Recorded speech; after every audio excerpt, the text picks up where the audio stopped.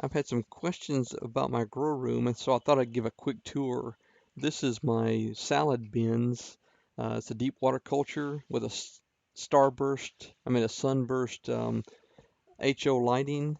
And at the end of this video, I'll show the progressive growth of the lettuce and the spinach. This is the micro grows. I'll show some of those as well. Microgreens, very healthy to grow, and I'm going to start experiment with microgreens. These are my two root pots, and I have sweet peppers in there. They've just started, just sprouted. These are my mini bells. They grow real small plants. They're very productive, and as you can look and see here, there's a lot of fruit on them. They don't get much bigger than this. They're really about the size of a quarter, maybe a little bit bigger, but they have a good flavor to them. And this is a banana pepper. It was supposed to be a mini bell, so I may get rid of it. And this is my new big dwarf. It's beginning to get some blossoms on it, so it won't be long before tomatoes come in. That's a peppermint. It's used to make rodents and stuff not want to come in there in the wintertime. This is in my basement, so that can be attractive when the weather gets cold outside. These are some of my carnivorous plants, Nepenthes, some Venus flytraps. This is a Nepenthes that almost died and it's kind of recovering. I'm finally getting a picture on it. There's another worm bin. It's got some root cuttings in there, which I'm going to take out because I let it dry out and so some of them died. So I'm going to start that again. That's my lighting. That's a metal halide 1000-watt light from Hortilux. And these are my bottom fed hydroponic pots with cocoa coir and clay pellets.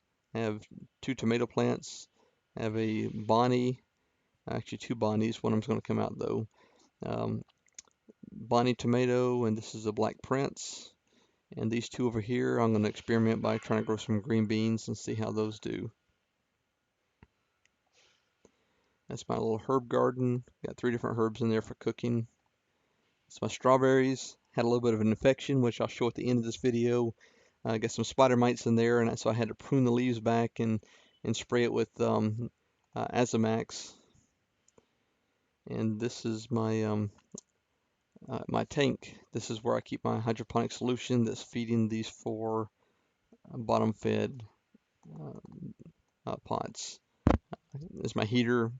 If it gets below 71 degrees, the heater kicks on, and of course I have the fan that keeps the air circulating. And I have Panda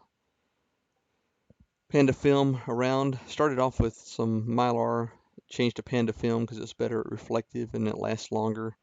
And I basically just drape it down and isolate one section of my basement and let it grow and keep it the temperature regulated.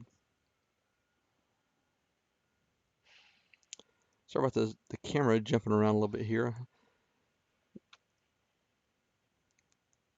That's the overall look.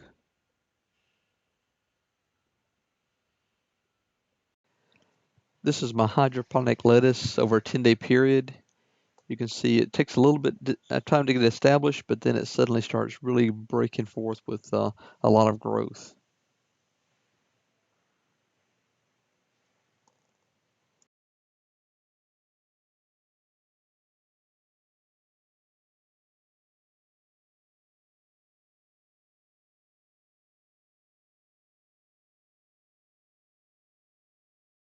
About 4 or 5 days ago, I noticed my strawberry leaves started turning a very dull brownish green, and when I inspected them, I noticed small webbing. And so I flipped the leaves over, and you can barely see them here on this leaf. Some leaves were heavily infected, but they're spider mites, and they basically sap the life out of every plant. And if you let go, spider mites can lay up to 20 eggs a day, and so those and mature and be able to lay eggs within 5 days. So if you do the math, that's a lot of spider mites in a short amount of time. Uh, so I uh, so I killed them with Azamax, which is kind of an organic spray that can really take care of spider mites and